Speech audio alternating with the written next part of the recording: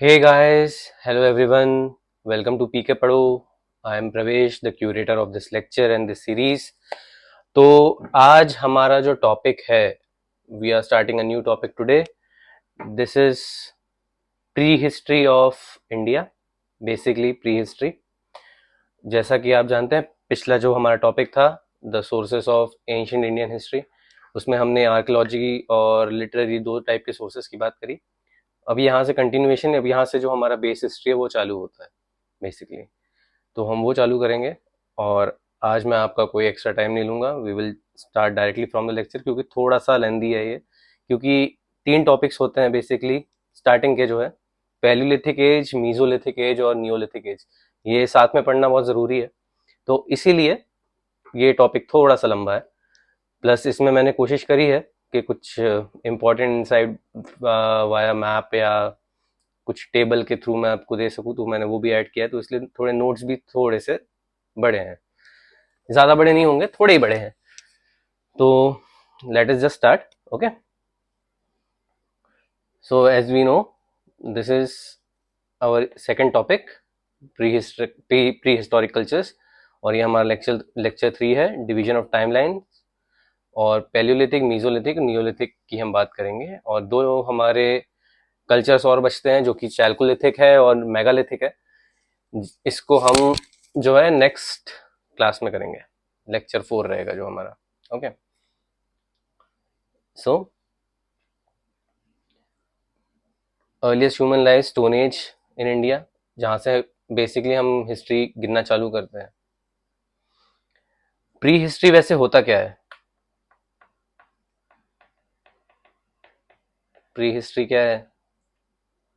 तो हिस्ट्री तीन पार्ट्स में डिवाइड होती है. आई मीन लाइक दिस, कि हिस्ट्री के हम तीन पार्ट्स बोलते हैं, कि तीन पार्ट्स है हिस्ट्री के. एक है प्री, एक है प्रोटो, और एक है आपका हिस्ट्री जहाँ से शुरू होती है, यानी जो है बेसिकली. तो प्री वो हिस्ट्री है जिसके बारे में मोस्टली नहीं पता रहता हमें.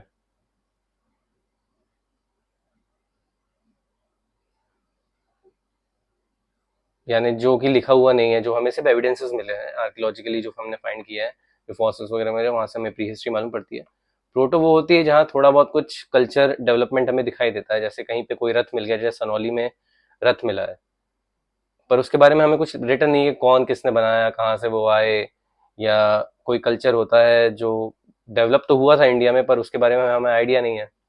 ओके, तो ये जैसे हड़प्पा कल्चर है जो हमारा,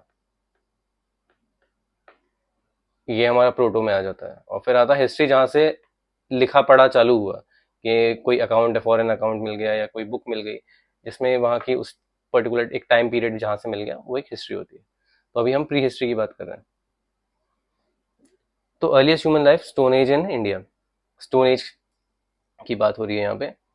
अर्लीस्ट ह्यूमन एविडेंस जो कि दुनिया में मिले हैं, वो है अफ्रीका में 3.5 million years ago. Okay, India में एविडेंस जो हमें फर्स्ट ह्यूमन का मिला है, ये मिडिल पेलियोस्टोसीन सॉरी, मिडिल पेलियोस्टोसीन पीरियड होता है, जो 5 लाख साल पहले हुआ था. उसके बाद जो अर्ली ह्यूमंस थे, उनका लाइफस्टाइल क्या था? जैसे नोमैडिक लाइफस्टाइल थी. ओके, नोमैड्स से यहाँ से वहाँ घूमते रहते थे, कहीं एक जगह सेटलमेंट नहीं था. जहाँ पे जो सेफ्टी जहाँ मिली, वहां से वहां तक रुके, थोड़ा और आगे गए, थोड़ा वहां रुके, थोड़ा और आगे गए, थोड़ा वहां रुके, जितना अच्छा लगता गया उतना अच्छा रुकते गए. जहाँ कोई सेफ एरिया मिल गया, वहाँ कुछ टाइम ज्यादा रहे. जहाँ प्रेडेटर्स थे या खाने के लिए नहीं था अवेलेबल, वहाँ थोड़ा कम टाइम रहे. They moved in groups from place to place in search of food and shelter. Food habits, no cultivation, खाना उगा सकते नहीं थे, ऐसी टेक्नोलॉजी नहीं थी. तो they survived on gathering national available food, यानी बेरीज हो गया, फल हो गए, या कुछ और हो गया, या जैसे पानी के लिए कोई पॉन्ड था, रिजर्वॉयर था, like that. And hunting animals, Hunt करते थे ग्रुप्स में, एक एक जानवर मार दिया, खा लिया उसको, लाइक दैट. रीजन क्या था कांस्टेंट मूवमेंट का? People consume what ever food was available in one area. जैसे मान लीजिए कहीं पे कुछ खाना अवेलेबल है, यानी एक पेड़ है, कोई सीजनल पेड़ है, मान लीजिए मैंगो का पेड़ है. ओके, मैंगो का पेड़ है, मैंगो लगे हुए हैं, समर्स में लगेंगे मैंगोज तो. आए, मैंगो दिखे, मैंगो खाए, जब तक मैंगो थे तब तक मैंगो खाए, मैंगो खत्म हो गए, वहां से हम चले गए, रुकने की कोई जरूरत ही नहीं कि फूड जो था वो खत्म हो गया वहां का। एक ये था। Once the resources exhausted, they move elsewhere. Okay, hunting animals was also required movement from one region to another. Hunt जो होता था वो ऐसे नहीं होता था कि जैसे हम एक जंगल में पहुंच गए, वहां पे 4 हिरण दिख गए, किसी को मार दिया ना, चलते रहना पड़ता था साल।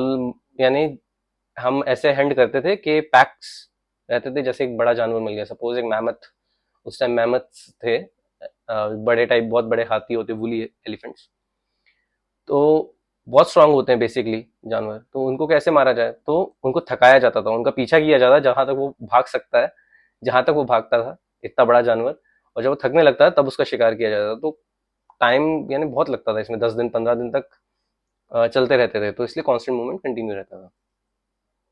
प्लेसेस ऑफ लिविंग, केव्स में रहते थे। ओके, एंड छोटे छोटे शेल्टर बनाते थे, यानी जैसे लकड़ी का कोई घर बना लिया एंड ऑल, ये सब रहता था। Neolithic cultures, change in lifestyle, फिर नियोलिथिक कल्चर आया, थोड़ा चेंज इन लाइफस्टाइल हुआ। तो ये स्टोन एज का सबसे लास्ट पार्ट होता है नियोलिथिक कल्चर। ओके, सबसे यानी अगर आप देखा जाए, जो प्री हिस्ट्री है, not stone age, basically prehistory का सबसे लास्ट पार्ट था ये।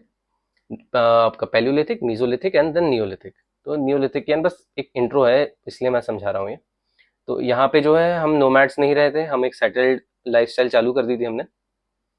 उसके बाद ये देखिए, settle permanently in one place, छोटे छोटे गांव या छोटे छोटे जो ऐसे यानी सेटलमेंट्स आना चालू हो गए थे, कि 10-15 लोगों का एक छोटा वो है, गांव है, एक ट्राइब है, एक कल्चर है, ऐसे डेवलप होना शुरू हो गया था। एग्रीकल्चर स्टार्ट हुआ था, एग्रीकल्चरर्स बन गए थे हम। जब हमने नोमैडिक लाइफ छोड़ी तो हमें एक सेटल होना पड़ा, तो खाना उगाने के लिए हमने एग्रीकल्चर करना चालू किया। This marks the transition from food gatherers to food producers. पहले हम फूड जमा करते थे, then we started producing food for our own सेक।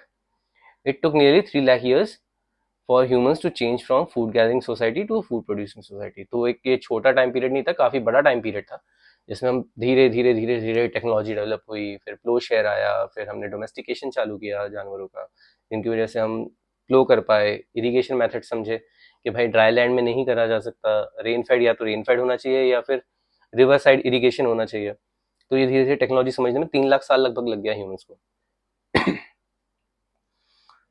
अब हम बात करेंगे, जैसे जो अभी हम ऊपर बात कर रहे थे, यहाँ पे डिवीजन क्या है एंशियंट इंडियन हिस्ट्री का।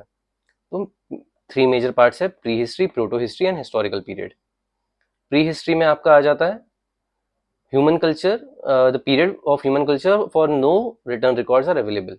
कुछ भी अवेलेबल नहीं है, सिर्फ एविडेंसेस मिले हैं कि हड्डियां मिल गई, या कोई जानवर मिल गया, या केव पेंटिंग्स मिल गई, समथिंग लाइक जैसे भीम बेटका की केव पेंटिंग्स है, they are that old, prehistoric है वो। Humans of this age were not civilised. Okay, आदि मानव टाइप थे हम लोग का, कोई सिविलाइजेशन नहीं था, कोई कल्चर नहीं था, nothing was developed at that point of time. Sources है इसके, archaeological evidence, okay, tools, pottery, bones, caves, fossil, settlements, जो कि हमने बात करी। अब मेजर डिवीजन क्या है प्री हिस्ट्री का, अभी हम बेसिकली प्री हिस्ट्री ही पढ़ रहे हैं। अभी प्रोटो हिस्ट्री जो आ रहेगा वो इंडस वैली सिविलाइजेशन वगैरह वहां से शुरू होता है, तो ये प्री हिस्ट्री का ही पार्ट है, और हमारे जैसे टॉपिक का ही नाम है। तो इसमें 3 पार्ट होते हैं, पैलियोलिथिक, मीजोलिथिक एंड नियोलिथिक, जो अभी हमने थोड़ा सा डिस्कस किया था। तो Palaeolithic is called old stone age, humans use rough stone tools, peoples were hunter and gatherers. Okay, mesolithic में ये ट्रांजिशन पीरियड था पैलियोलिथिक और नियोलिथिक का। इसमें हमने स्मॉल स्टोन टूल्स यूज करना चालू किया, जिन्हें माइक्रोलिथ्स कहते हैं। माइक्रोलिथ्स बेसिकली क्या होते हैं, किसी ने एक छोटा चाकू बना लिया, सपोज इतने इतने साइज के चाकू मिले हैं, या एरो हेड हो गए छोटे छोटे, तो ये सब मीजोलिथिक एज में बनाना शुरू हुआ था, यानी थोड़ी टेक्नोलॉजी थोड़ी एडवांस हो गई थी, टूल्स थोड़े रिफाइन होना चालू हुए थे। एंड देन नियोलिथिक आता है, जो न्यू स्टोन एज बोला जाता है जिसे हम, इसमें हम एग्रीकल्चर करने लग गए थे, एनिमल डोमेस्टिकेशन चालू हो गया था, और एक सेटल्ड लाइफ चालू हो गई थी, यानी टोटली एक विलेज लाइक सिस्टम शुरू हो चुका था उस टाइम नियोलिथिक एज में। दूसरा पार्ट है हमारा proto history. Proto history transitional period between pre history and history. इसमें सिविलाइजेशन आ चुका था, लेकिन राइटिंग डेवलप नहीं हुई थी। सिविलाइजेशन शुरू हो गए थे, गाँव बन गए थे, कुछ रिचुअल्स चालू हो गई थी, कुछ कस्टम्स चालू हो गए थे, पर अभी भी राइटिंग डेवलप नहीं हुई थी। हम ये बता नहीं सकते थे, यानी लिख के हम बेसिकली ये नहीं बता सकते थे कि हम क्या सोच रहे हैं और सामने वाला उसे पढ़ नहीं सकता जो भी हम लिख रहे हैं। तो राइटिंग का कोई सीन नहीं था।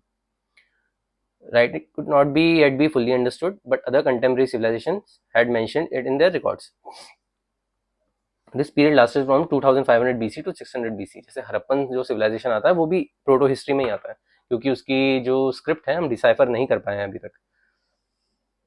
कैरेक्टरिस्टिक्स है इसके, ऑर्गेनाइज सिविलाइजेशन शुरू हुआ था, जस्ट चालू ही हुआ था कि बेस्ट सेटल हो गए, एग्रीकल्चर चालू किया है, कुछ इम्प्लीमेंट्स बना लिए हैं मेटल के, और कुछ कस्टम्स और रिचुअल्स या रिलीजन चालू हो गया है। Development of towns and trade, cultural advancement, return records इधर एब्सेंट और अनडिसाइफर्ड, ये हरप्पन की जैसे मैंने बात करी। फिर आता है अपना हिस्टोरिकल रिकॉर्ड। इसमें है कि इन्फॉर्मेशन अवेलेबल है इसकी थ्रू रिटर्न रिकॉर्ड, यानी अब यहाँ से इन्फॉर्मेशन मिलना चालू हो गई थी। जैसे इंडिया में वैदिक एज है जो, यहाँ से शुरू हो चुका था कि हिस्टोरिकल रिकॉर्ड के हमको कुछ लिखा हुआ मिला, हम उसे अभी भी डिसाइफर कर पाए हैं, समझ पाए हैं कि उस टाइम क्या सोचते थे लोग और कैसी उस टाइम की सोसाइटी वगैरह थी। वहां से हम हिस्ट्री जहाँ कनेक्ट करना शुरू किए उसको हम हिस्टोरिकल पीरियड कहते हैं। सिविलाइज थे इस टाइम के ह्यूमंस, और इसमें एक्टिविटीज आफ्टर 600 बीसी जो है वो लिखी गई है, यानी मालूम पड़ जाता है कि 600 बीसी से जो उनके बुक्स वगैरह मिली है, या जो भी आपको पेपर मिले हैं या इंस्क्रिप्शंस मिले हैं, जितना भी कुछ मिला है वहां से, यहाँ से हम हिस्ट्री कनेक्ट कर सकते हैं। 600 बीसी से हम जो हिस्ट्री है हमारे पास लिखी हुई है। इस फेज में सोर्स ऑफ इन्फॉर्मेशन है आपके inscription, manuscripts, coins, literary texts, foreign accounts. अभी एक डेफिनेशन है सिविलाइजेशन की कि develop stage of human society होता है with organise government, writing, okay, city, state, official structure, ये एक सिविलाइजेशन का बेस है। यानी यहाँ ये अगर ये सब नहीं होगा तो कोई भी एक एरिया एक सिविलाइजेशन नहीं कहलाएगा, कल्चर सिविलाइजेशन नहीं कहलाएगा। ये एक टेबल है, देख लीजिएगा, ओके। अब हम अपना ये चालू करते हैं यहाँ से। ये देखिए, ये आपको एक टेबल बना दिया है मैंने थोड़ा सा। तो प्री हिस्टोरिक स्टोन एज में हमें जो पैलियोलिथिक एज में जो एरियाज मिले वो सोन वैली, बेलन वैली। फिर मीजोलिथिक एज में जो एरियाज मिले सोन वैली, बेलन valley, Narmada valley, Tungabhadra valley. Neolithic age में बेलन वैली, छोटा नागपुर प्लेट्यू, कर्नाटका, आंध्रा, सेंट्रल, यहाँ पे इन सब के हमें एविडेंसेस मिलते हैं इस एज के, क्योंकि हम टूल्स से रिलेट करते हैं, मोस्टली टूल्स हो गई, पॉटरी हो गई उस टाइम की, उससे हम रिलेट करते हैं कि ये पर्टिकुलर साइट है वो कौन से एज में डेवलप होना चालू हुई थी। सॉरी। अब पहला है हमारा palaeolithic age. Hunters and food gatherers थे हम तब, ओके। ये अर्लीस्ट फेज है। पैलियोस का मतलब होता है ओल्ड, लिथोस का मतलब होता है stone, okay. It is the old stone age. ये पीरियड को हम काउंट करते हैं 2 मिलियन ईयर्स से 1200 ईयर्स अगो, यानी 2 मिलियन ईयर्स से जहाँ से ह्यूमन डेवलपमेंट शुरू हुआ, when we started our walk from Africa towards all other parts of the world as Homo sapiens. तो वहाँ से ये पार्ट चालू होता है जो कि 12,000 ईयर्स बैक वहाँ तक जाता है, यानी 10,000 BC अगर आप मान लें तो वहाँ तक। Very long period that covers nearly 99% of human history, okay. This period develop during the Pleistocene period, also known as the ice age. जो पेलिस्टोसीन पीरियड था हमारे अर्थ के, जो हम एज काउंट करते हैं उसमें जो पेलिस्टोसीन पीरियड था, उसमें जब आइस एज चालू हुई थी वहां से ये पीरियड काउंट किया जाता है। Evidence of early humans in India, south India में मिला है एविडेंस, ओके। सोहन वैली मिला है, ये पाकिस्तान में है सोहन वैली, कश्मीर में मिला है। This evidence suggest that the human lives in India for रफली 5 लाख BC, यानी इतने पहले से ह्यूमन डेवलपमेंट इंडिया में शुरू हो चुका था, 5 लाख साल पहले से। टूल्स यूज्ड, इसमें जो मटेरियल्स हैं मोस्टली आपके जो रहते हैं स्टोन, वुड, बोन, ये मटेरियल्स यूज हुए थे। जो टूल्स, अर्लीस्ट टूल्स बोले जाते हैं ह्यूमन जो क्रिएट किए थे, तो स्टोन, वुड और बोन से बने हुए हैं। और ये यूज कहाँ कहाँ होते थे? Hunting animals, cutting meat and bones, scraping bark from trees, scraping animal hide skin, chopping fruits and roots. जानवरों को यानी उनको हंट करने के लिए, मीट वगैरह जो था उनको उसको स्लाइस करने के लिए, और बोन्स को तोड़ने के लिए। फिर जो कुछ छाल होती है, जैसे मेडिसिनल जो रूट्स वगैरह थी, धीरे धीरे डेवलप होना चालू हुआ साइंस, तो ये भी पता चला कि ये वाला ट्री मेडिसिनल है, या ये वाले ट्री की बाग से हम आग जला सकते हैं, तो उसके लिए चालू हुआ। फिर कपड़े पहनना चालू किया, तो अर्लीस्ट जो क्लोथ्स थे that were made of made up of animal hides, जो जानवरों की चमड़ी होती है, जो चमड़ा लेदर रहता है, उससे उसको हाइड को साफ करने के लिए, फ्रूट्स वगैरह रूट्स वगैरह साफ करने के लिए। Some stones were attached to wooden handles or bone handles. This helps in making spears, arrows using for hunting. ये सब भी बनाया गया. Some tools were also used for chopping wood and collecting firewood. Okay. Discovery of fire, very important. Fire की discovery हुई थी इस time पे. Palaeolithic people discovered fire. ये एविडेंस हमें मिलता है इंडिया में जो रहता है, ये ऐश ऐश मिली है, ट्रेसेस ऑफ ऐश, यानी ऐश माउंड होता है, एक चीज होती है ऐश माउंड. यानी जैसे मान लीजिए एक जगह पे लोग बैठे हुए हैं, वहीं पे लोग जमा होके आग जलाया करते थे, और काफी समय तक जलाई उन लोगों ने वो आग. यानी अगर जैसे, क्योंकि ऐसा तो था नहीं कि माचिस है जेब में कि अभी यहाँ आग जलाई, थोड़ी देर बाद कहीं और जाके जला दी आग, और थोड़ी देर बाद कहीं और, तो एक जगह पे जहाँ आग जलती थी तो वो जलती ही रहती थी. तो वहीं पे जाके लकड़ियाँ डालना बार बार बार बार, तो माउंट्स बन जाते थे ऐश के. और जैसे ही वो ऐश माउंट बने, और जब वो इतने बड़े बड़े ऐश माउंट हो गए, अगर मान लीजिए काफी बड़ा भी ऐश माउंट हो गया और वो दफन हो जाए, तो वैसा का वैसा ऐश माउंट मिलता है, क्योंकि ऐश खराब कभी नहीं होती. अगर ऐश के ऊपर कुछ जमा हो गया तो आपको कई लाखों साल बाद भी वो ऐश वहीं की वहीं वैसी ही जमा मिलेगी, क्योंकि it is pure carbon now. Ash में अब कुछ भी चेंज नहीं हो सकता. और जो ऑर्गेनिक मैटर था पूरा, वो एग्जॉस्ट हो जाता है आग जलने से, सिर्फ कार्बन कार्बन रह जाता है. तो वो सब मिले हैं हमें कहाँ, कुरनूल में मिले हैं, आंध्र प्रदेश में. ओके. इंपॉर्टेंस क्या है फायर की? It is use for warm, protection, cooking food and light. Okay. फिर क्लोथिंग एंड प्रोटेक्शन, हमने अपने आप को एनिमल स्किन से कवर करना चाहिए किया, लीव्स की भी हम लीव्स को सू करके जैसे तैसे बांध के वगैरह, वैसे भी अपने आप को ढकते थे. Food habits, hunters and gatherers mostly. कोई कल्टीवेशन का नॉलेज नहीं था, या घर भी नहीं बना सकते थे, तो केव्स वगैरह में रहते थे, या फिर कोई ओपन एरिया में रहते थे जहाँ पे एनिमल आप पे ऊपर अटैक ना कर सके. बेसिकली ओपन एरिया में रहेंगे, कहीं दूर से एनिमल आ रहा है, या हाई राइज पे रहेंगे, अपलैंड में रहेंगे, लो लैंड में नहीं रहते थे.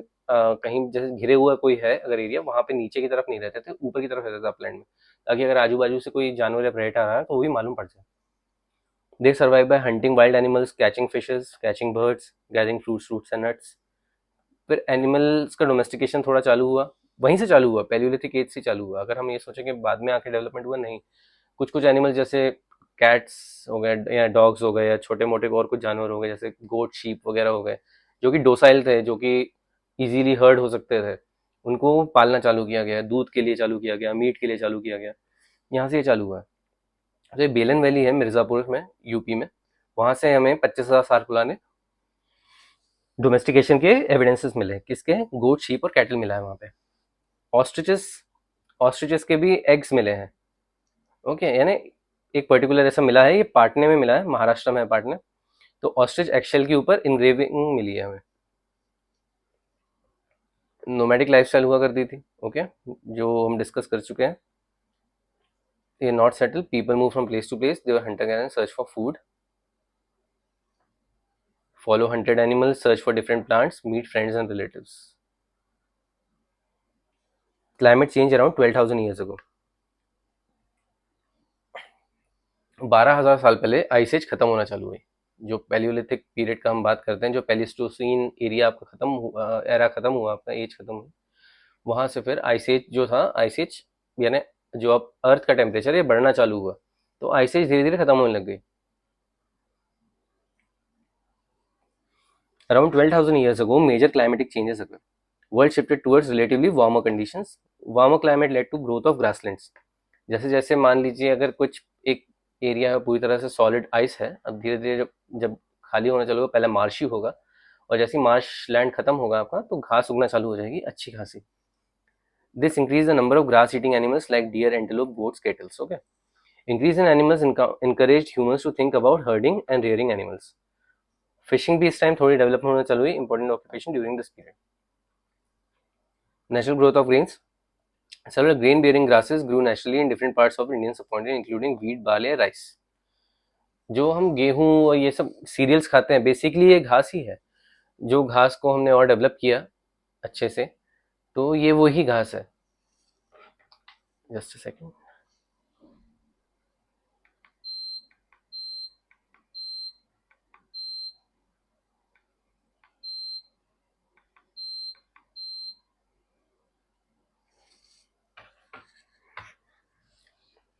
तो घास डेवलप होना चालू हुई इस तरीके। तो घास जब ये चालू हुई और ये नेचुरली उगती थी इंडिया में, हमने इन्हें कलेक्ट करना चालू किया। उसके बाद हमने ऑब्जर्व किया है कि उगती कैसी है, सॉरी, और हमने ये समझा कि ये सीजनल है या नहीं है। जैसे रबी खरीफ क्रॉप्स है कि जैसे हम विंटर में सो करते हैं वीट को और समर्स के जस्ट पहले हम इसे हार्वेस्ट करते हैं, वैसे ही हमने इनका टाइमिंग वगैरह भी जाना कि भाई कब इनको हार्वेस्ट किया जा सकता है, कैसे इनको उगाया जा सकता है, प्रोपोगेशन कैसे होगा इनका, ये सब। This observations may have encourage humans to grow plants on their own. This became the beginning of agriculture in India. अब इसमें कुछ इंपॉर्टेंट, ये टेबल में कुछ इंपॉर्टेंट वो है कि क्या क्या मिला है, तो ये आप पढ़ लेना। जैसे सोहन वैली में एविडेंस मिले हैं, कश्मीर में क्या मिला है, कुरनूल में ऐश मिला है, बेलन वैली में डोमेस्टिकेटेड एनिमल्स, पाटने में ऑस्ट्रिच एक्शल। ओके।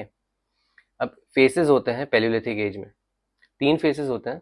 एक होता है लोअर, मिडिल और अपर। जो सबसे पहले आया 2 लाख साल पहले उसे हम लोअर कहते हैं, फिर मिडिल आता है और फिर सबसे आखिरी में अपर आता है। बेसिस क्या है इनका डिवीजन का? Nature of stone tools use by humans and changes in climate, ये 2 है, एंड आएगा यहाँ पे, एंड चेंजेस इन क्लाइमेट। तो ये 2 टाइप के आपके यानी ये 2 चीज़ों पे बेस्ड होता है कि भैया ये जो 3 पार्ट से कैसे डिवाइड हुए हैं, जो तीनों एजेस हैं इनकी। तो लोअर पैलियोलिथिक और अर्ली पैलियोलिथिक में क्या था, 5 लाख साल पहले से 50,000 साल पहले, 5 लाख से 50,000 यानी 4,50,000 साल की हिस्ट्री जो है ये आपकी लोअर पैलियोलिथिक में आती है। सबसे बड़ा चंक होता है पैलियोलिथिक एज का। It covered the greater part of the ice age. Characteristics क्या है? Stone tools like hand axes, cleavers, choppers. अब अगर ये आपको समझ में आएगा इससे कि ये सब बड़े बड़े टूल्स हैं, छोटा टूल नहीं है इसमें कोई। These all are big tools and heavy tools. तो जैसे जैसे टेक्नोलॉजी एडवांस होती जाएगी टूल्स छोटे छोटे होते जाएंगे। ये आप हमेशा नोटिस करना, जब भी टेक्नोलॉजी एडवांस होगी तो टूल्स छोटे होंगे। तो अगर सबसे बड़ा टूल मिला है, बड़े बड़े टूल मिले हैं, तो ये सबसे पुराना एज है, क्योंकि टेक्नोलॉजी इतनी एडवांस नहीं हुई थी। जैसे मान लीजिए गोल पत्थर मिल गया तो उसी पत्थर को एक लकड़ी के ऊपर बांध के उसका हथौड़ा बना लिया, इस तरीके से होता था। और जब हम टेक्नोलॉजी एडवांस होने लगी, तोड़ पाए बड़े पत्थर को, छोटा पत्थर बना पाए उसका, और उसको पॉलिश कर पाए या शार्प कर पाए, तो टेक्नोलॉजी और एडवांस होने लगी, यानी जो आगे के टूल्स बनना चालू हुए। इस पार्ट का जो लोअर पैलियोलिथिक है, इसका मेन साइट्स कौन सी है? सोन वैली है पाकिस्तान में आपकी, और उसके बाद आपका आ जाएगा ये आपकी हुंसकी है, ये कर्नाटका में है हुंसकी। ओके। फिर बेलन वैली है, बेलन वैली आपके मिर्जापुर यूपी के पास पड़ता है। ओके। यहाँ पे रॉक शेल्टर्स मिले हैं, केव्स मिले हैं, और ये सीजनल कैंप्स थे ह्यूमंस के, यानी अगर ट्रांजिट में कहीं जा रहे हो तो यार यहाँ पे रुक जाते थे लोग, या कुछ लोग रुके रहते थे, कुछ लोग आ जाते थे, ऐसा रहता था। फिर एक दिद्वाना है राजस्थान में, ये डेजर्ट रीजन में मिला है। ओके। दिद्वाना एक यूपीएससी का एक क्वेश्चन आया था, दिद्वाना लेक के ऊपर आया था। ये एक सॉल्ट वाटर लेक है, नेचुरल।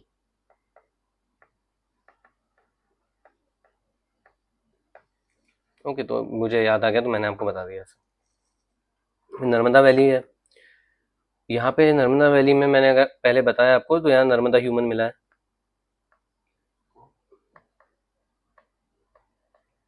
स्कल मिला है एक फीमेल का, जो होमो इरेक्टस, यानी होमो इरेक्टस फीमेल का स्कल मिला है यहाँ पे नर्मदा वैली में।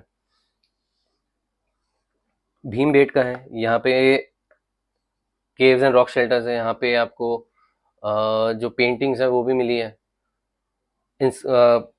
यानी ट्राइबल पेंटिंग्स वगैरह वो सब मिली है यहाँ पे भीमबेटका में।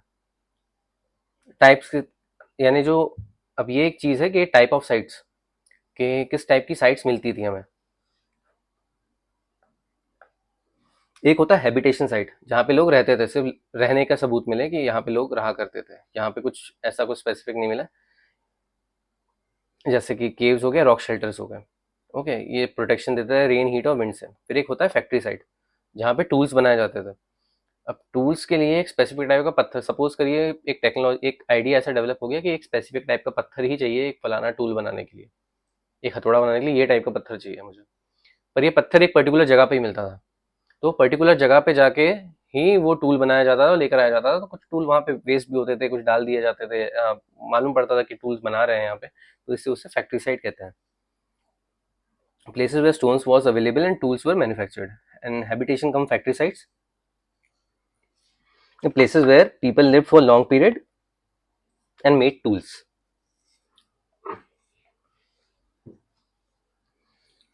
ऐसी भी जगह रहती थी जहाँ पे रहते भी थे और टूल्स भी बनाते थे, यानी जैसे कोई नदी के पास हो गए या कोई अपलैंड हो गया जहाँ पे पत्थर हो बहुत सारे, ऐसी जगहों पे। अब आते हैं हम मिडिल पैलियोलिथिक पे। ये 50,000 से 40,000 यानी 10,000 साल का पीरियड है। 50,000 बीसी से 50,000 BC to 40,000 BC. Main characteristic है इसका फ्लेक बेस्ड इंडस्ट्री। जैसे पहले हमारे बड़े टूल्स मिल रहे थे, फ्लेक बेस्ड मिलने लग गए, थोड़े छोटे हो गए, यानी ऐसा पत्थर जो शार्प हो उसको फ्लेक कहा जाता है। Tools differ across regions, important tools include blades, points, borers, scrapers. अब ऐसी चीजें मिलने लगी जो शार्प होती थी। These tools are mainly made up of flakes. Important sites है इसकी सोन वैली जो पाकिस्तान में जिसकी बात हुई, नर्मदा वैली और एरियाज ऑफ तुंगभद्रा रिवर। बहुत सारी जो है ये ओवरलैप भी करेंगी साइट्स, क्योंकि एक कल्चर जब डेवलप हुआ बहुत टाइम तक वहां रहा, उसके बाद भी दूसरा कल्चर आया और दूसरी टेक्नोलॉजी वहीं के वहीं आई और वहीं शिफ्ट हो गए और वहीं पे उन लोगों ने डेवलपमेंट चालू किया। तो एक ही जो है रीजन वो ओवरलैप कर सकता है, इसमें कुछ ज्यादा नहीं है। बस ये है कि ये आप ये याद रखिए कि फ्लेक बेस्ड इंडस्ट्री थी, ये मेन पॉइंट है इसका। उसके बाद आता है अपर पैलियोलिथिक पे। ये 40,000 बीसी से 10,000 बीसी तक है, यानी बोला जाए अगर तो 30,000 साल या 30,000 साल के आसपास। This phase was less humid. Okay, this phase was less humid, this was the last phase of ice age. अब टेम्परेचर काफी राइज होने लग गया था, बहुत ही, अब यानी ठंड इतनी ज्यादा नहीं रही थी इस टाइम पे और टेम्परेचर काफी बढ़ने लग गया था। टेम्परेचर बढ़ेगा तो क्या होगा, वेजिटेशन बढ़ेगा। सबसे इंपॉर्टेंट बात है वेजिटेशन बढ़ेगा। वेजिटेशन बढ़ेगा, घास उगेगी, तो बहुत सारे हर्बीवोर जानवर आएंगे, डेवलप होंगे आई मीन। तो उन लोगों को हर्ट किया जा सकता है, उनको हंट किया जा सकता है खाने के लिए, बहुत सारी चीजें की जा सकती है। Climate became comparatively warm. Appearance of modern human. इसी टाइम पे मॉडर्न ह्यूमंस का अपीयरेंस चालू हुआ, क्योंकि अब हमें हमारे पास बहुत सारी चीजें आने लगी, जैसे टेक्नोलॉजी आने लग गई, हमें चीजें समझ में आने लग गई, हम टूल्स बनाने लग गए, हम वो टूल्स का एप्लीकेशन करने लग गए हंट करने के लिए, या कोई जैसे सुई धागा बन गया तो कपड़ वो हाइट सीने के लिए। तो बहुत सारी चीजें डेवलप होने लगी धीरे धीरे। Appearance of modern humans that is homo sapiens. अब होमो इरेक्टस की जगह होमो सेपियंस रूल करने लग गए थे अर्थ पे। New flint tool industry develop during this phase. अब इसमें जो इंडस्ट्री है, जो इसमें टेक्नोलॉजी चालू होती है, वो फ्लिंट टूल। फ्लिंट टूल का मतलब ये होता है, अब ये बहुत माइक्रो लेवल पे हम जा चुके हैं फ्लिंट के बेसिस पे। दो चीज, जैसे फ्लिंट होता, अगर आपको पता है, जैसे फ्लिंट होता है, जैसे हम दो चीज को रब करेंगे तो चिंगारी निकलेगी। Okay, that is a flint. तो फ्लिंट टूल बेसिकली ये होता है, एक पत्थर से दूसरे पत्थर को तोड़ा, उससे जो चीजें निकली, फ्लेक्स निकले या कुछ बारीक आपके ऐसी चीजें निकली जिसका टूल बनाया जा सके, जैसे सुई। सुई मिली है हमें बोन्स की बनी हुई, बोन्स को शार्प किया गया है, उसकी सुई बनी है। तो ये सब इसमें आता है, यानी दिमाग का हम इस्तेमाल करने लग गए थे इस टाइम पे। इंपॉर्टेंट साइंस है, साइट्स है इसकी Bhimbetka, okay, near Bhopal, caves, rock shelters. Okay, tools जो थे जो यूज किए जाते थे, massive flakes, blades, burin, scrapers, found in upper levels of Gujarat dunes. जैसे चॉपर, अगर आपको पता होगा, चॉपर मीट काटने का चॉपर। ओके, तो पत्थर के चॉपर मिले हैं।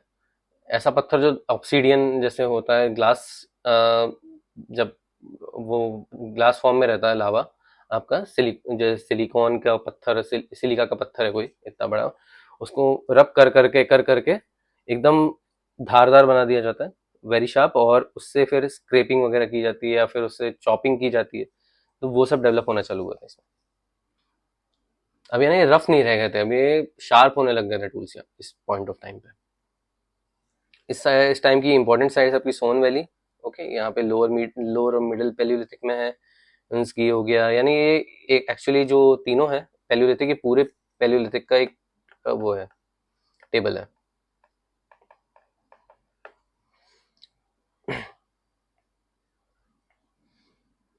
ये कंपैरिजन का टेबल है, ये नोट्स में रहेगा आपके।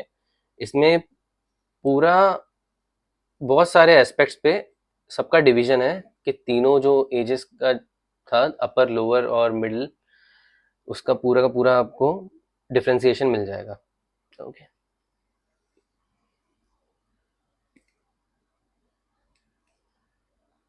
ये एक मैप है आपका, इसमें जितनी इंपॉर्टेंट साइट्स हमने मेंशन करी है, पैलियोलिथिक साइट्स, वो सब इसमें है, कहाँ पे क्या मिला है, कहाँ पे क्या मिला है। राइट,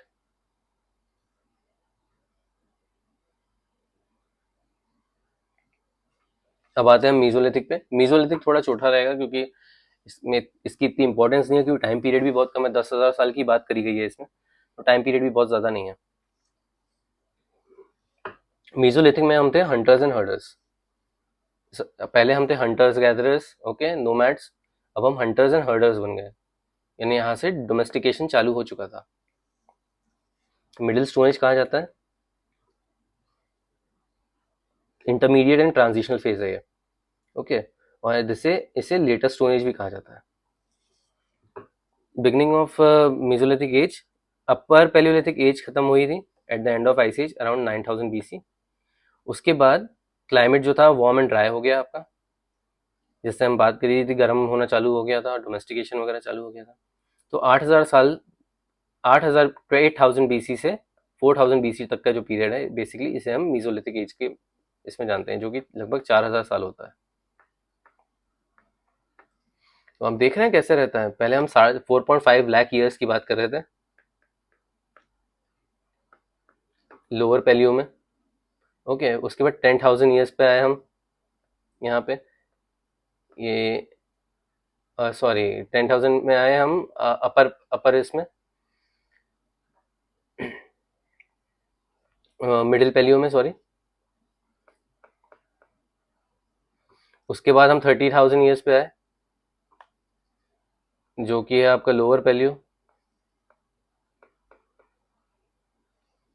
अब हम 4,000 साल पे आ गए हैं सीधा मीजो में। उसके बाद ये 3,000 साल हो जाएगा, 3,000 2,000 लगभग लगभग। वैसे तो हम जब हड़प्पा चालू हो जाता है हम बंद कर देते हैं नियोलिथिक, और चालकोलिथिक चालू हो जाता है वहां से, पर तब भी लगभग लगभग हम इतना ही काउंट करेंगे उसको। टूल्स ऑफ मीजोलिथिक एज को माइक्रोलिथ्स कहा जाता था। माइक्रोलिथ का मतलब very small stone tools, usually sharp and finally made, use for hunting, cutting, scraping. Lifestyle कैसी थी, हंटिंग करते थे, फिशिंग करते थे, फूड गैदरिंग करते थे। और बाद में हमने डोमेस्टिकेशन भी चालू कर दिया, जब हम नियोलिथिक के करीब आने लगे, नियोलिथिक एज के, तो हमने डोमेस्टिकेशन भी चालू करने लगे। Domestication, earliest evidence of animal domestication comes from Adamgarh Madhya Pradesh and Bagor Rajasthan. एक डॉग मिला है, dog was the first animal to be domesticated in this region, okay. Important mesolithic sites, Chota Nagpur plateau central India में, सेंट्रल इंडिया और south of river Krishna, Krishna नदी के इस तरफ, यानी साउथ में भी डेवलपमेंट था इसका। जो बागौर साइड है राजस्थान की, one of the best preserve site in mesolithic sites. Distinctive microlithic industry है यहाँ पे, एविडेंस मिले हंटिंग के और पेस्टोरलिज्म, यानी एनिमल की रेयरिंग एंड केयरिंग के हमें यहाँ पे एविडेंस मिलता है। जैसे एनिमल की रेयरिंग केयरिंग किस लिए, उनकी स्किन हाइट के लिए या फिर उनके मिल्क के लिए, तो बहुत सारे जानवर मिले हैं वहाँ पे वैसे, कि इनका शायद डोमेस्टिकेशन किया जाता था।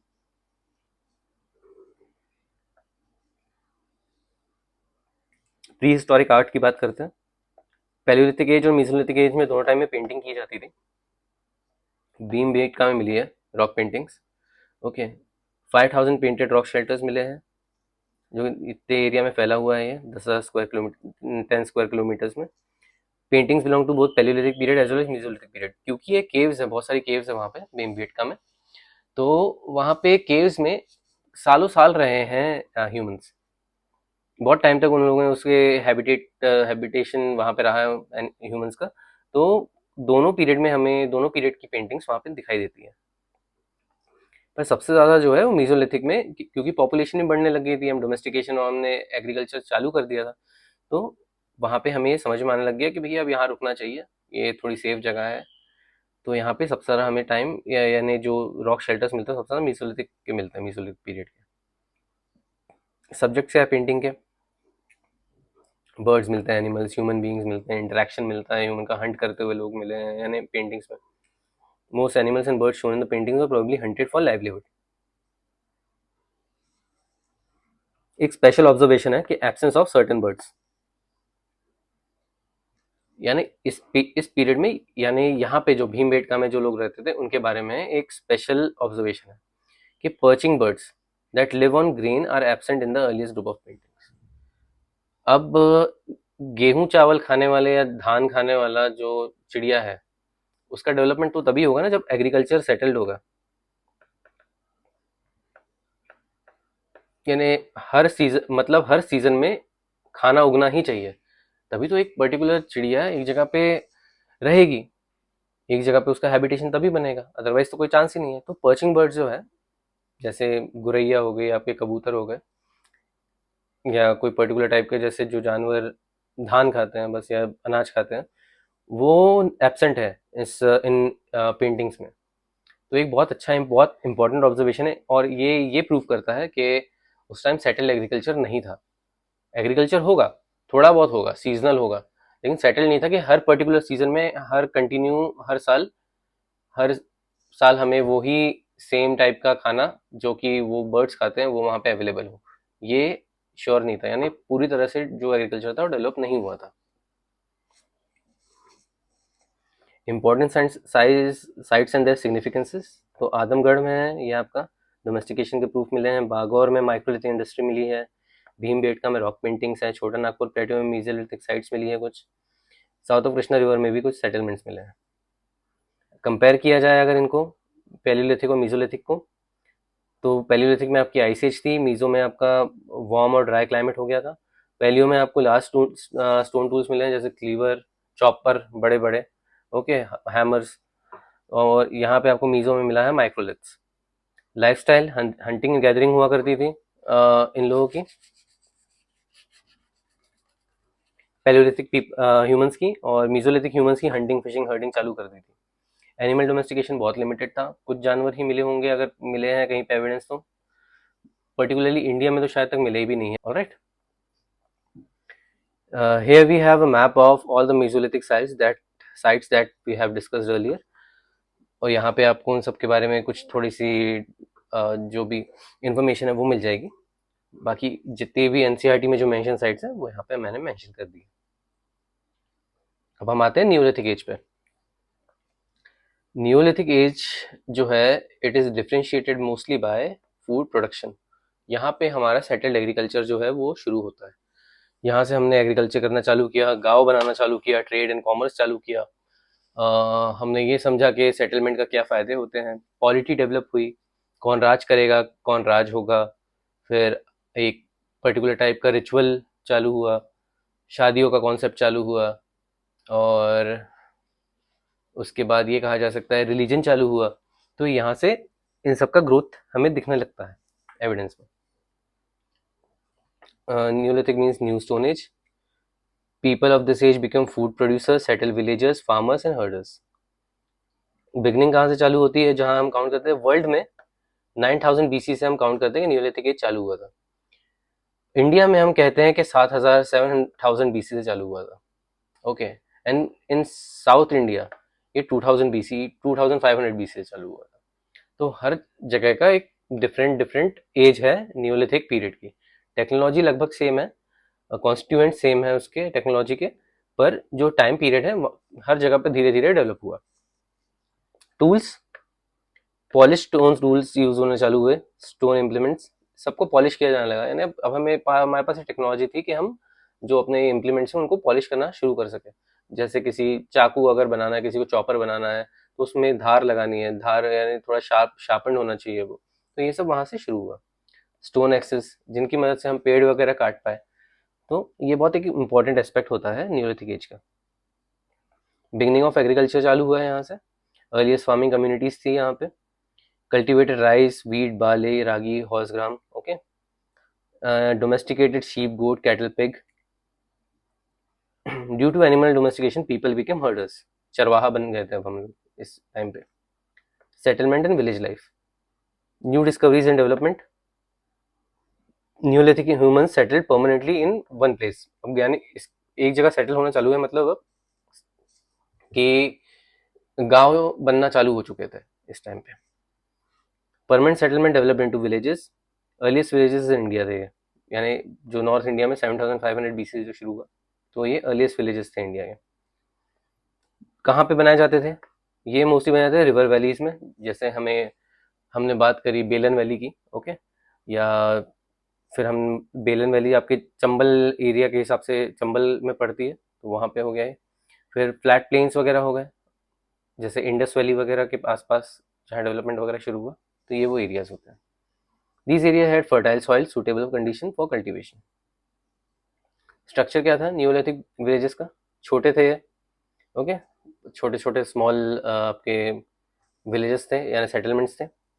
घर जो थे वो मड या रीड्स के बने होते थे, यानी या तो बाम्बू की लकड़ी के या टहनियों के, और टहनी आप ऐसे बिछाई, उसके ऊपर मिट्टी मड चारों तरफ से पैक कर दिया, तो घर बन गया वो आपका। उस तरीके के घर होते थे, प्रिमिटिव टाइप के थे। Houses were built close to each other, they were probably surrounded by mud walls and fences. Fields were located outside the fence. Okay, villages were usually built on slightly higher grounds than the fields, क्योंकि जानवर वगैरह हो सकते हैं fields में, तो जो villages है थोड़ी सी हाइट पे बनाए जाते थे। Neolithic huts thatched and generally one room structure. एक एक स्ट्रक्चर, टहनियाँ लगा दी या मिट्टी के ईंटें बना के चारों तरफ से पैक कर दिया, तो उस टाइप के घर हुआ करते थे। Fire and cooking, fire was lit inside the hut, cooking was done on this fire. Pottery in the Neolithic age, agriculture and animal domestication developed. People needed storage containers for grains. तो pottery यहाँ से शुरू होती है। अब क्योंकि खाना तो उगा लिया, अब लेकिन उसको रखें कैसे? बाहर तो रख नहीं सकते, चूहे या कोई पेस्ट या कोई और जानवर या चिड़िया वगैरह के खा जाएगा उसको, तो उसको स्टोर करने के लिए पॉटरी का डेवलपमेंट शुरू हुआ। Pottery first appear during the Neolithic phase. People made large clay pots, wove baskets, dug storage pits in the ground. इस तरीके से ग्रेन स्टोर करे गए। Types of pottery, early stage में pottery was handmade, later wheel बन गया था, जो पॉटर्स व्हील होता है, घुमा के कुम्हार जैसे घड़े बनाता है, उस तरीके के डेवलपमेंट चालू हो गए थे। Discovery of wheel, one of the most important discoveries was the wheel improve transport, help people travel easily and improve pottery making. तो व्हील से ये फायदे होते थे। न्यूलिथिक सोसाइटी, परमानेंट सेटलमेंट होता था, तो it needed rules of conduct, यानी कुछ ना कुछ बेसिक लॉ होना चाहिए, तो और फंक्शंस का होना, फंक्शंस और अलग अलग टास्क करने के लिए अलग अलग टाइप के लोग होते हैं। तो डिवीजन ऑफ लेबर भी यहाँ से शुरू होता है कि आदमी जो है वो खेत में काम करेंगे, तो जो औरतें होंगी वो बच्चे संभालेंगी या पानी लेकर आएंगी। इस टाइप के डिवीजन ऑफ लेबर शुरू होता है यहाँ से। Usually the oldest man in the village became the leader, sometimes leadership was given to the strongest man or the bravest man. Religion in the Neolithic age, people worship sky god and earth god, यानी हमें छोटी छोटी मूर्तियां वगैरह मिली हैं, उससे हमें ये पता चलता है कि या तो किस टाइप के भगवान की वो पूजा करते थे, कि आसमान की तरफ देख के पूजा करते थे, या एक मदर गॉडेस की मूर्ति मिली है जिनके गॉडेस ऑफ फर्टिलिटी भी कहा जाता है इस वजह से, तो उनकी पूजा की जाती थी, यानी इस तरह के हमें एविडेंस मिले हैं। Burial practices, dead people were buried in graves. Several burial sites have been found in Mehrgarh. Mehrgarh जो है ये बलूचिस्तान में है। One burial, a dead person was buried along with goats. May be after life वाला सीन हो गया यहाँ पे।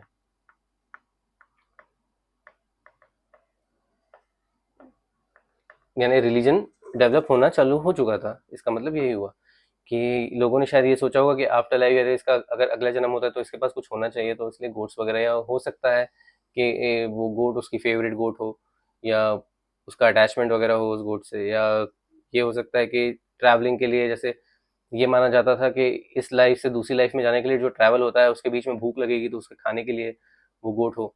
तो ये सब चीज़ों का इससे हम निष्कर्ष तो नहीं निकाल सकते, पर ये हमें शो करता है कि हो सकता है कि कुछ ना कुछ डेवलपमेंट होगा, रिलीजियस डेवलपमेंट वहाँ पे।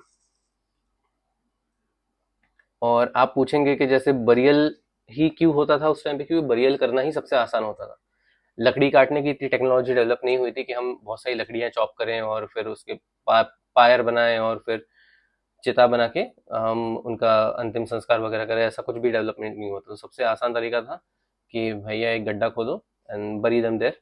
That was the easiest way to get rid of dead bodies. Neolithic areas, distribution of neolithic sites throughout, यानी हर जगह मिले हैं इंडियन सब कॉन्टिनेंट में। मेजर जो है ये नॉर्थ वेस्ट वेस्टर्न रीजन हो गया आपका, कश्मीर हो गया, eastern India, southern India, north eastern, यानी मेघालय तक में भी मिले हैं।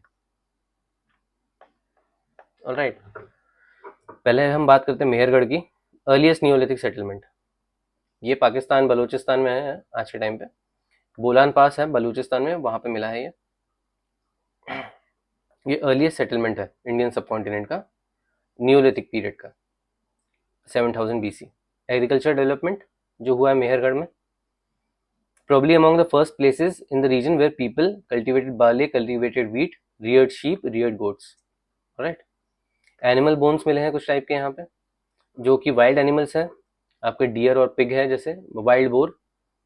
फिर एडवांस फीचर्स क्या थे मेहरगढ़ के, कॉटन और वीट भी उगाते थे ये लोग। मड ब्रिक हाउसेस मिले हैं यहाँ पे, यानी मड ब्रिक हाउसेस और बर्न ब्रिक हाउसेस डिफरेंस है। हड़प्पा में बर्न ब्रिक हाउसेस मिले हैं, ईंटों को पहले पकाया गया है, और मड ब्रिक मतलब सिर्फ शेप दिया है मड को यूजिंग स्ट्रॉ और लकड़ी के टुकड़े वगैरह डाल के उसमें, कि उसको थोड़ी स्ट्रेंथ मिले, या पत्थर वगैरह डाल के उसका एक मड का ब्रिक बनाया और उसका यूज किया गया, तो वो मड ब्रिक होता है। Houses were square and rectangle, each house had 4 or more compartments, some compartments were probably used for storage. Alright, special division क्या है इंडिया में इसका, तो पहला हम एक एरिया के हिसाब से डिसाइड करते हैं, और 3 एरियाज हम लेके चलते हैं मोस्टली। तो पहला एरिया है कश्मीर और अपर गंगा एरिया जो है, तो इसमें हमें एक साइट मिलती है बोरजाउम, कश्मीर में है ये। ऑलराइट, ये 2400 BC के आसपास का डेट है, यानी जो यहाँ पे एविडेंस मिले उनके। People lived on lake sides inside the pits, pits होते थे, जमीन के अंदर गड्ढा किया और गड्ढे के अंदर रहते थे लोग। Economy was probably based on hunting and fishing. They were not familiar with agriculture, agriculture का कोई एविडेंस नहीं मिलता है यहाँ पे। They were not acquainted with domestication of animals also.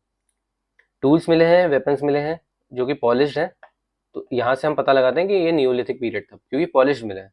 अगर पॉलिश नहीं होते और रफ होते तो कुछ और पीरियड होता। दे यूज कोर्स ग्रे पॉटरी, ये एक पर्टिकुलर टाइप की पॉटरी है जो मिलती है यहाँ पे, कोर्स ग्रेन। ओके, और डोमेस्टिक डॉग्स वो बरीड विद देयर ओनर्स। अब डोमेस्टिकेशन ऑफ एनिमल्स यहाँ लिखा हुआ है, लेकिन यहाँ पे एक डोमेस्टिक डॉग की बात हो रही है, कि डोमेस्टिकेशन तो पता नहीं था लेकिन डोमेस्टिक डॉग मिला है। अब डोमेस्टिकेशन जो एनिमल्स है ये बेसिकली किसी पालतू कुत्ते या किसी जानवर जो किसी ने रख लिया है उसके लिए नहीं होता है। डोमेस्टिकेशन यहाँ बेसिकली होता है कि इस डोमेस्टिकेटेड एनिमल से फायदा क्या हो रहा है, जैसे काऊ हो गई या गोट हो गई, इनसे मैं कुछ सर्विसेज ले रहा हूँ। गाय से मुझे दूध या मीट मिलेगा, अगर मैंने उस टाइम की बात होगी। गोट से भी भाई हमें लेदर लेदर मिलेगा, या फिर हमें फिर वो मिलेगा, क्या बोलते हैं, वुल मिलेगा। तो ये सब इनसे क्या मैं यूज कर रहा हूँ, तो ये वाला डोमेस्टिकेशन नहीं पता था। लेकिन ऐसे कोई जानवर वगैरह मिल गया कि डॉग्स वगैरह है, तो ये, और ये एक इंपॉर्टेंट एस्पेक्ट है इस साइट का, बोरजोम का, कि यहाँ पे एक डॉग मिला है बरियल में। फिर एक गुफकरल की बात है, गुफकरल एक एरिया है, ये भी यहाँ पे कश्मीर में ही है, श्रीनगर के पास। यहाँ पे जो लोग थे, यहाँ पे लोगों को एग्रीकल्चर भी पता था और डोमेस्टिकेशन ऑफ एनिमल्स भी पता था। बोरजोम में नहीं पता, लेकिन गुफकरल में पता था। चिरांद है, ये बिहार में मिला है, ये 1600 BC के आसपास का एरिया है। Only site in India where bone implements have been found in large numbers, यहाँ बोन इम्प्लीमेंट्स मिले हैं, जानवरों को मार के उनकी हड्डियों से छोटे छोटे टूल्स बनाए गए हैं, तो वो इम्प्लीमेंट्स मिले हैं यहाँ पे चिरांद में। मिर्जापुर और इलाहाबाद में भी मिला है, जैसे हम बेलन वैली बोलते हैं। ओके, यहाँ पे भी कुछ कुछ मिला है। कल्टीवेशन की भी यहाँ पे, जो राइस कल्टीवेशन है स्पेशली इलाहाबाद में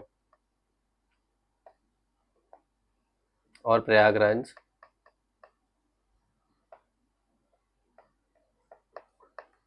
एनसीईआरटी में, क्योंकि इलाहाबाद लिखा हुआ है। प्रयागराज में बेसिकली यहाँ पे जो है, यहाँ राइस कल्टीवेशन के हमें प्रूफ मिलते हैं, जो 6th सेंचुरी BC के आसपास की बात हो रही है। यहाँ पे 600 साल, यानी आज से ये मान के चलिए आप कि आज से 600 साल पहले की बात। अब हम सेकंड एरिया पे आते हैं। सेकंड एरिया है आपका साउथ इंडिया। साउथ इंडिया में गोदावरी रिवर के पास नियोलिथिक फेज मिला है हमको 2500 बीसी से 1000 बीसी पुराना, यानी 1500 साल की हिस्ट्री मिली है हमें यहाँ पे near Godavari. Alright, people settle on top of granite hills and plateaus near river banks.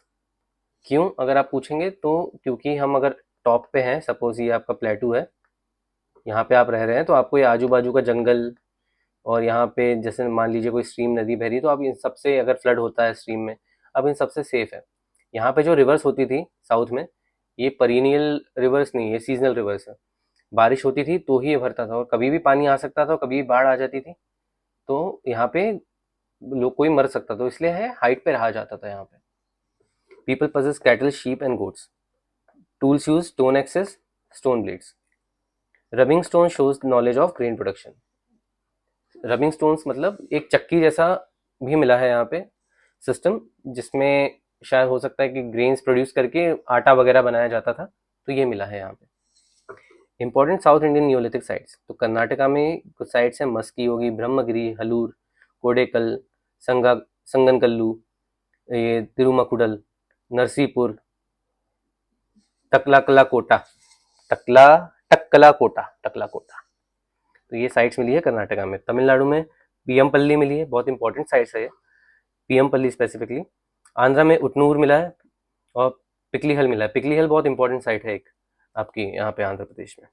Okay, अच्छा, यहाँ पिकली हिल की बात भी हो रही है। पिकली हिल में कैटल हर्डर्स हैं, ठीक है। एनिमल्स मिले हैं डोमेस्टिकेटेड, जैसे कैटल, शीप, गोट, और एश माउंट्स मिले हैं। ये सबसे इंपॉर्टेंट यहाँ की डिस्कवरी है, एश माउंट्स, कंफर्म कैटल रेयरिंग। एश माउंट से मैंने आपको जैसे पहले एक्सप्लेन किया था कि भैया एक जगह पे आग लगाई जाती थी और सालों साल वहीं जलती थी आग, और कोई जगह नहीं होती थी कि हम आग यहाँ से उठा के वहाँ कहीं और ले जाएं, तो इसलिए वहाँ पे एश माउंट मिले। ये बहुत इंपॉर्टेंट डिस्कवरी थी इस एरिया की। हम थर्ड एरिया की बात करते हैं जो कि नॉर्थ ईस्ट इंडिया, ठीक है, नॉर्थ ईस्ट की तरफ, मतलब आसाम मेघालय, जो हमारे सेवन सिस्टर्स है उस तरफ, तो Assam Meghalaya. Neolithic tools have been found in hills of Assam and Garo hills Meghalaya. Meghalaya में हमें सेटल्ड एग्रीकल्चर भी मिलता है।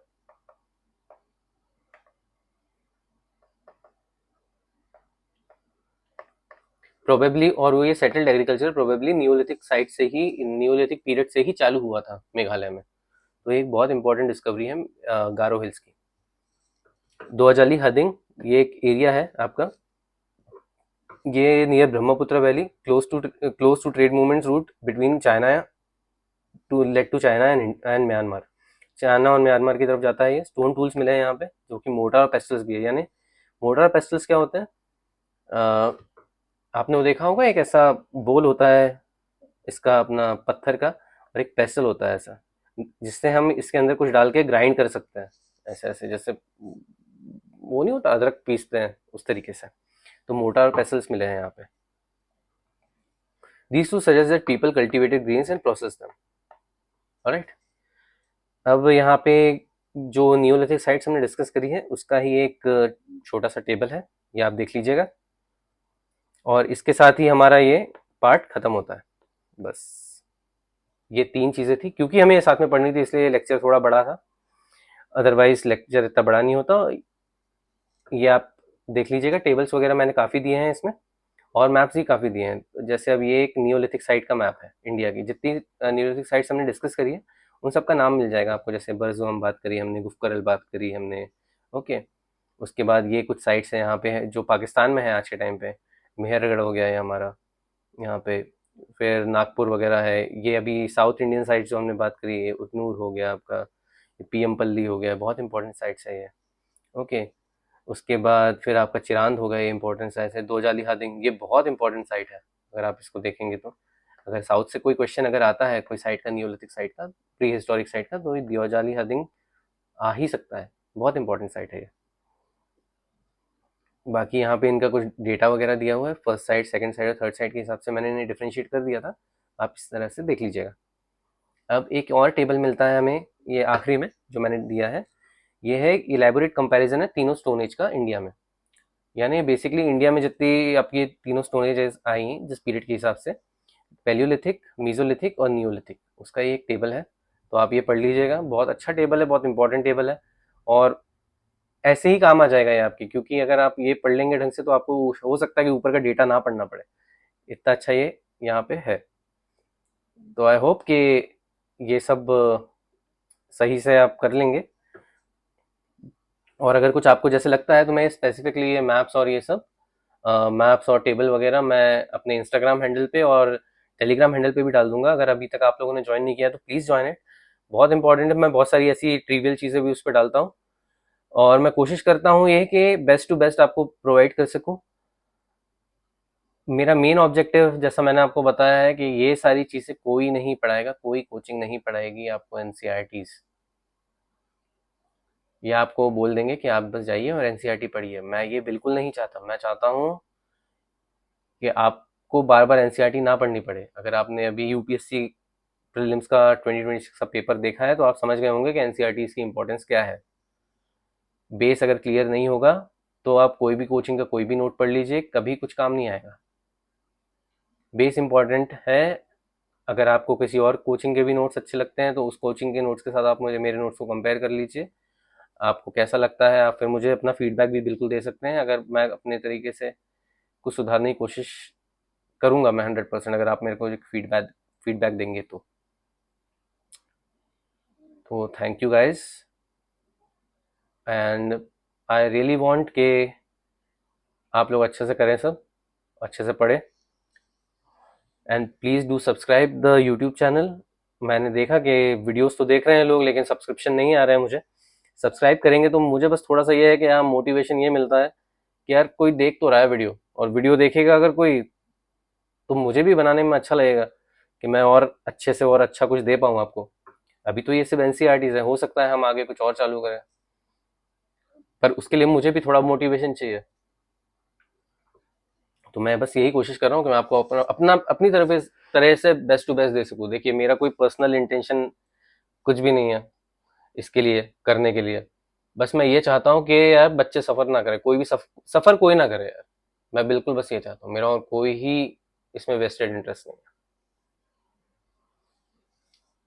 सफ़र करना बहुत बुरा है भाई, बहुत बुरा लगता है जब आपने इतना करा हो मेहनत और चार चार पांच पांच बार एनसीईआरटीज पढ़ी हो और तब भी कुछ ना हुआ हो ना, बहुत बुरा लगता है। तो just try to do your best, अच्छे से पढ़िए। See you soon in the next lecture, lecture 4, that will be what will be the next lecture will be chalcolithic and megalithic culture. Okay,